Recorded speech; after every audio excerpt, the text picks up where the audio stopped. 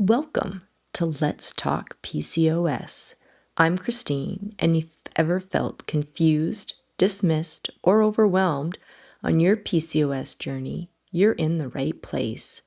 This is where we connect the dots between hormones, inflammation, and real life support so you can understand your body instead of fighting against it. You don't have to figure this out alone. Let's talk PCOS.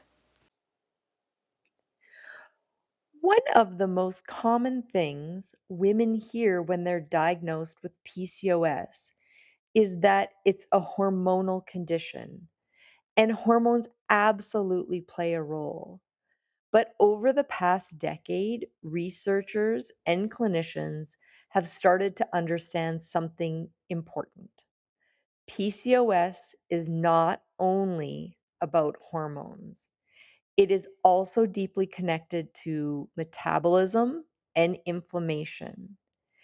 And once that is understood, many symptoms that once felt confusing start to make a lot more sense. To understand why, it helps to step back and look at how the body actually works. The body does not operate in isolated systems. Hormones influence metabolism. Metabolism influences inflammation. Inflammation influences hormone signaling. These systems are constantly communicating with each other.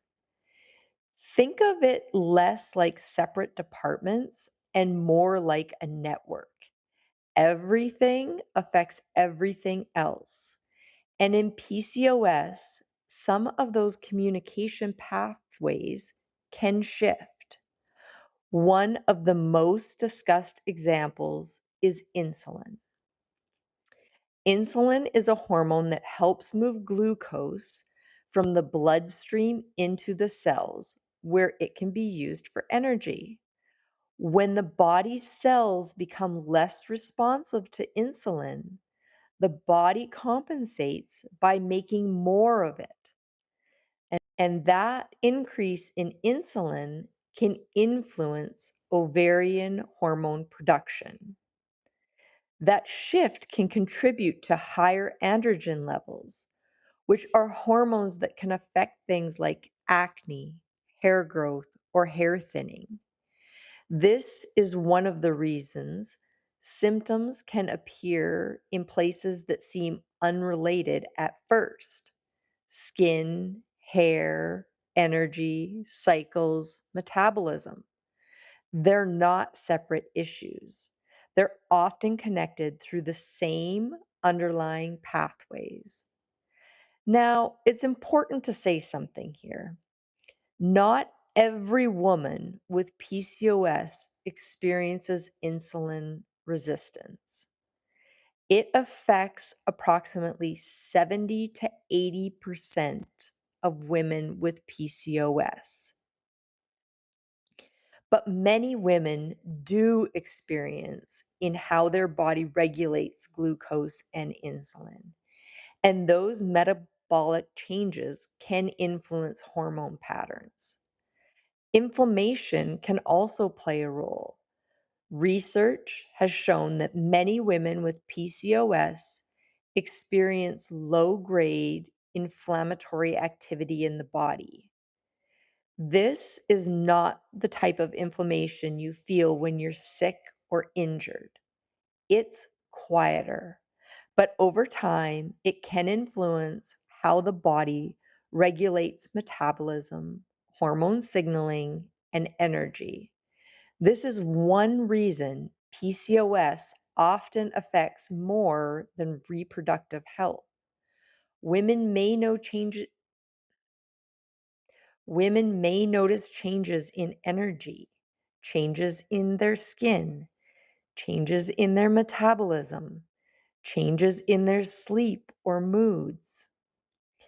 When we only look at hormones, those experiences can feel disconnected. But when we step back and look at the interaction between hormones, metabolism, and inflammation, the picture becomes clearer. There's a line I often come back to when explaining PCOS. PCOS is not simply a hormone problem. It is a communication problem between systems in the body. And when communication between systems changes, symptoms can show up in many different ways. By understanding that connection, women can feel less confused about what their bodies are experiencing because symptoms that once felt random often begin to make sense when you see the bigger picture. If this conversation helped you understand PCOS a little differently, you may find the rest of this series helpful as well. In the next video, we're going to talk about something that surprises many women when they first learn about PCOS, why it can look completely different from one woman to another. Thanks for being here. Don't forget to like, comment, and share. Real talk, real women, real life. See you next time on Let's Talk PCOS.